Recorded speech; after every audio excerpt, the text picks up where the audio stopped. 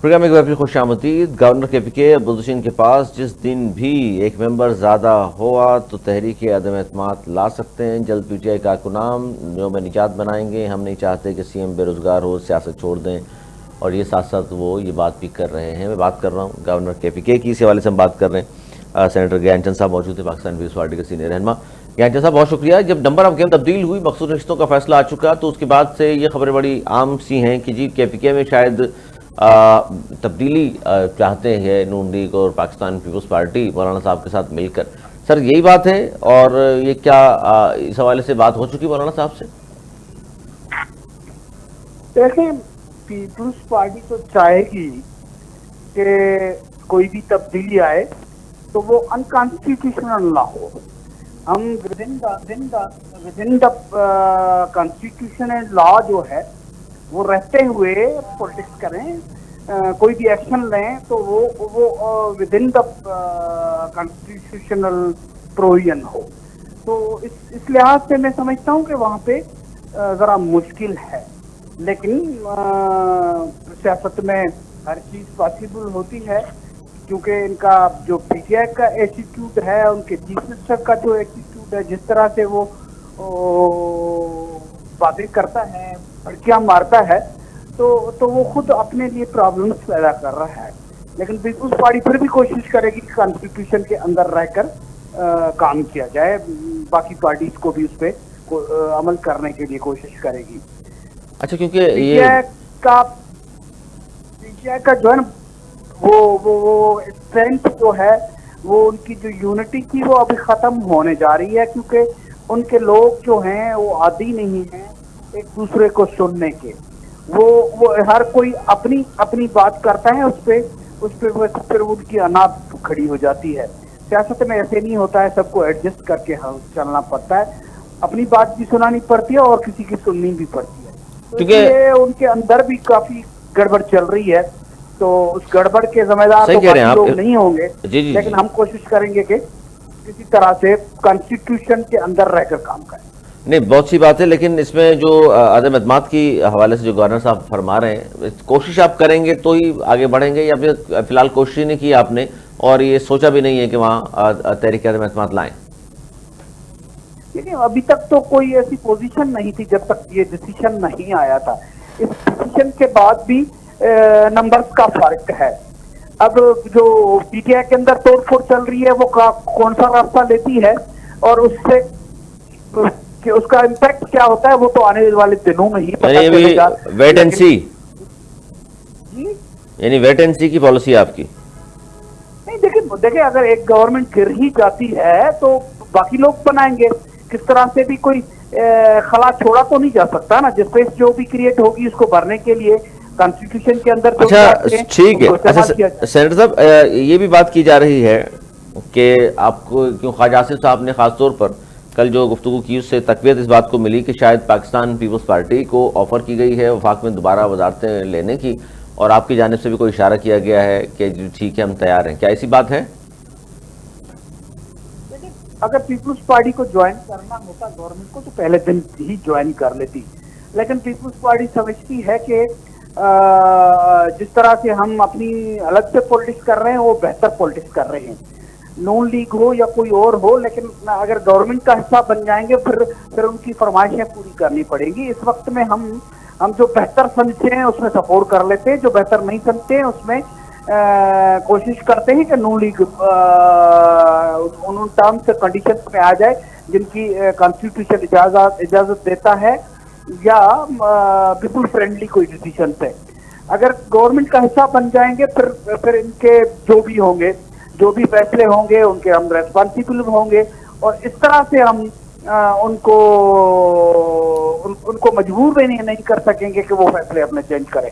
इसलिए फिलहाल तो पीपल्स पार्टी ने कोई सोचा नहीं है, लेकिन इस किस्म की कोई ऑफर होगी तो हाईएस्ट लेवल पे तो CEC में डिस्कशन होगी और CEC के फैसलों को फॉलो करेगी पीपल्स पार्टी। लेकिन आपके ज्ञानचंद साहब, आप कह रहे हैं आपकी जाती जो राय है कि 1.5-2 साल इस हुकूमत को हो गए, अब लगता नहीं है आपको कि हमारे लोग वजारतें लेंगे या फैसला होगा ऐसा?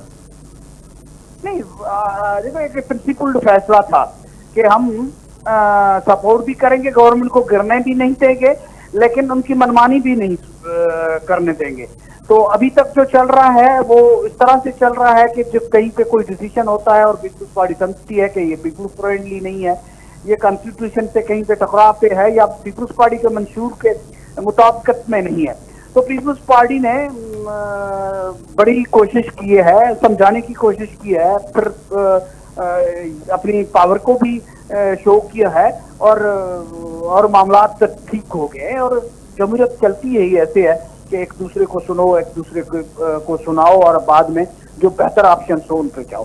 तो अब तक तो लेकिन इसमें देखिए, चूंकि बजट में भी जाहिर है आप लोगों ने जाहिर है इसको बहुत सारी तनकीद भी की आपकी जानिब से, लेकिन बिलावल भुट्टो ज़ाहिरी साहब वापस आए तो उन्होंने हिमायत का ऐलान किया, बजट में वोट भी दिया। लेकिन बजट में सर कुछ चीज़ें ऐसी थी जिसमें खासतौर पर K4 का मसला था कराची के हवाले से, और आसफा बीबी ने जो तकरीर की थी उसमें उन्होंने कहा था ख़वातीन के हवाले से मज़ीद डेवलपमेंट फंड भी होने चाहिए, काम होना चाहिए, वो भी नहीं हुआ। तो इस तरह की चीज़ों पर तो आप लोगों को स्टैंड लेना चाहिए था। ये 17-18 साल पुराना मसला है K4 का, जिसपे बजट 40 अरब रख देते तो कंप्लीट हो जाता। 3.2 अरब रुपए रखे हैं वफाक ने। मेरा ख्याल है कि पहले तो इससे भी कम थे, तो हमने कोशिश की और उसमें उसको फंड्स को बढ़ाने में हम कामयाब हुए हैं। किस हद तक हुए हैं वो अलग चीज़ है। तो हमारे साथ जो पूरे कराची के वारिस बने बैठे हैं दोस्त, वो भी खामोश रहे ना।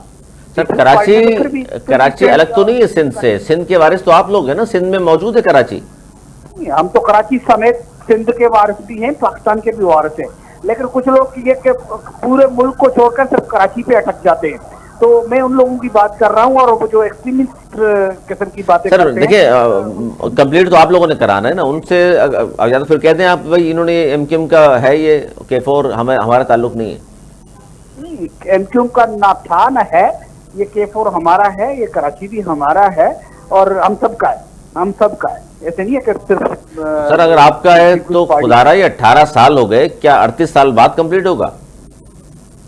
नहीं, उसमें बहुत सारे इश्यूज आए हैं और पहले तो फंडिंग भी नहीं मिल रही थी ना इस दफा, तो फिर भी कितनी सर 3 अरब रुपए मिले हैं, कम से कम 40 अरब चाहिए।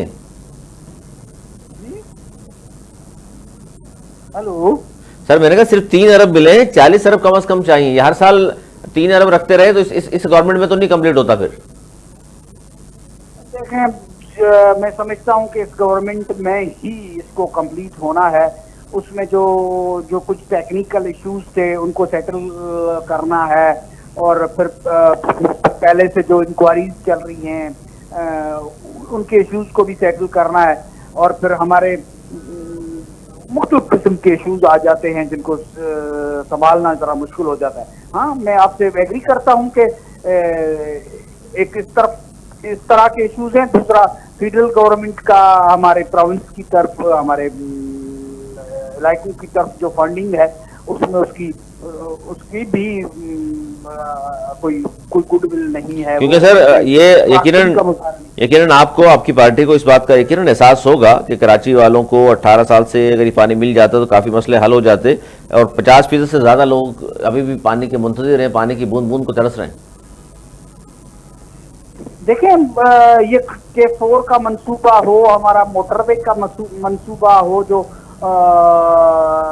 सक्खर से कराची तक का है, तो ये मेजर इश्यूज हैं। पानी के कुछ इश्यूज जो प्रोजेक्ट्स हैं वो भी उन पे भी है। तो ओवरऑल हमारे साथ वो इंसाफ नहीं हो रहा है, उस पे हम लड़ते झगड़ते हैं। फाइनली यकीनन कहीं कहीं तो गिव एंड टेक पे कॉम्प्रोमाइज तो करना पड़ता है। मैं समझता हूँ कि पीपल्स पार्टी ने पूरी कुव्वत के साथ इस मामले को उठाया, तो बाकी दोस्त भी यकजा खड़े हो जाते तो हो सकता है कि 2-4 अरब और भी मिल जाए, 2-4 अरब बढ़ जाते तो फिर भी कंप्लीट नहीं होता। लेकिन चलें, अच्छा सर, ये मौजूदा हुकूमत के हवाले से ख्वाजा आसिफ साहब ने ये कहा कि हाइब्रिड निज़ाम है, और हाइब्रिड निज़ाम ही जाहिर है खान साहब की हुकूमत थी तब भी था, तो वही सिलसिला चला आ रहा है। आप भी तस्लीम करते हैं इस बात को कि हाइब्रिड निज़ाम ही है जो इस वक्त है? देखिए, जुल्फ़िकार अली भुट्टो की गवर्नमेंट और कुछ टाइम पे बेनज़ीर साहबा की हुकूमत को आप कह सकते हैं कि हाइब्रिड निज़ाम नहीं था। उसी में भी कुछ कॉम्प्रोमाइज़ हुए थे, लेकिन फुली हाइब्रिड निज़ाम नहीं था।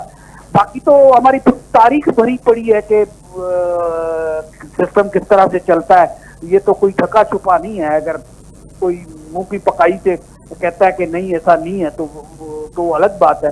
लेकिन इस दफा ये हुआ है कि सब लोग, इदारे, पॉलिटिकल पार्टीज, सब आपस में बैठ कर तय कर रहे हैं कि पाकिस्तान के मफाद में क्या है। तो उनकी जिसकी भी आप बात कर रहे हैं, उनको अगर कॉन्फिडेंस में लेकर काम आगे बढ़ता है और वो मुल्क के मफाद में है तो कोई बुरी बात नहीं है। तो पीपल्स पार्टी इस बात को सपोर्ट करेगी, हाइब्रिड निजाम को, सबको ऑन बोर्ड है। पीपल्स पार्टी हाइब्रिड निजाम को सपोर्ट करती है। मैं सब लोगों को ऑन बोर्ड लेने की बात कर रहा हूं, हर एक अपने डोमेन में रहे। पीपल्स पार्टी की कोशिशों की वजह से ही 8 के बाद कोई कू नहीं हुआ, कोई डिक्टेटर नहीं आया। तो यकीनन हमने बात की है, हमने कॉम्प्रोमाइजेस किए हैं, उनको भी सुना है, खुद भी अपनी कुछ बैक कुछ पे गए हैं। लेकिन ओवरऑल ये है कि डेमोक्रेसी आगे चल रही है और पीपल्स पार्टी के मंशूर का हिस्सा है कि डेमोक्रेसी चलनी चाहिए, वो चल रही है। चाहे लूली लंगड़ी हो, हर एक की ख्वाहिशात के मुताबिक ना हो, लेकिन चल रही है। लेकिन चल रही है। बहुत शुक्रिया ज्ञानचंद साहब हमारे साथ मौजूद थे, सेनेटर कामरुल मुर्तज़ा साहब का बहुत शुक्रिया। नाज़रीन, गुफ्तगू आपने सुनी मेरे दोनों मौजूद मेहमानों की। खास तौर पर ज़ाहिर है हमारा फोकस था कि जो बातें बार बार आ रही हैं बाहर की, जी KPK हुकूमत जाने वाली है या नून पीस पार्टी मौलाना फजल रहमान साहब इकट्ठे हो गए हैं और वो हुकूमत गिराना चाहते हैं। अब तक तो तरदीद आ रही है नून लीग की जानिब से भी, मौलाना फजल रहमान साहब की पार्टी की जानिब से भी और पाकिस्तान पीपल्स पार्टी की जानिब से भी। फिलहाल तो उन्होंने नहीं सोचा, लेकिन गवर्नर KPK ने आज इशारा ज़रूर दिया था कि अब्दुल हुसैन के पास जिस दिन भी एक मेंबर ज़्यादा हुआ तो तहरीक अदमत ला सकते हैं, लेकिन फिलहाल तो नहीं है। अभी तकरीबन कोई 21-22 वोट्स का अब तक तो फ़र्क मौजूद है, लेकिन वो किस तरह पूरा करेंगे वो बात की बात है। लेकिन फ़िलहाल तो जो गुज़िश्ता रोज़ दावे किए गए थे CM KPK की जानिब से एक हुकूमत गिरा के दिखा दें, चैलेंज करता हूँ, सियासत छोड़ दूँगा, फ़िलहाल तो वो दावे बरकरार रहेंगे। लेकिन लाजमी नहीं है कि आने वाला वक्त भी इसी तरह उनके लिए चैन रावी लिखता रहे, ऐसा नहीं हो सकता। आज तक के लिए इतना ही, आने वाले वक्त की हमें इजाज़त। मौलाना